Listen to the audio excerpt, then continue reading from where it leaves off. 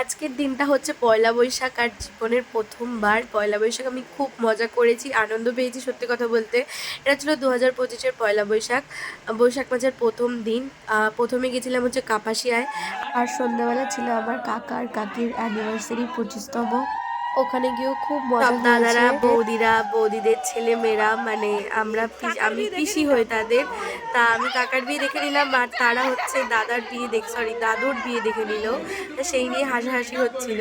তো এবারে চলে গেছিলাম হচ্ছে সোজা ছাদে, খাওয়া দাওয়া কি ছিল সেটা দেখাতে। প্রথমে ছিল হচ্ছে পাকোড়া আর সস, আর ওইখানে বাচ্চাগুলো নাচছে, ওটা কিন্তু ওদের দাদু হয়। তো ওইখানে দাদা বলছে যে ওদের দাদুর বিয়ে দেখে নিল।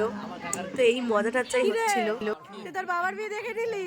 দিলাম আমি, দেখে কি নিলাম আমি? যাই হোক, দিলি আর দেখে তো নিলি নাকি? একে অপরকে ভিডিও করছে, ভালো লাগছে। সবাই সেলিব্রিটি আমরা। সব ব্লগার যেখানে একসময় একসাথে হয়, এও আছে।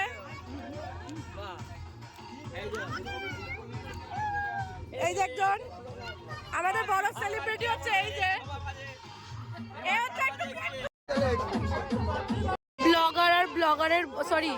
ব্লগারের বউ আর ক্যামেরাম্যান যখন ক্যাটারার হয়ে যায়।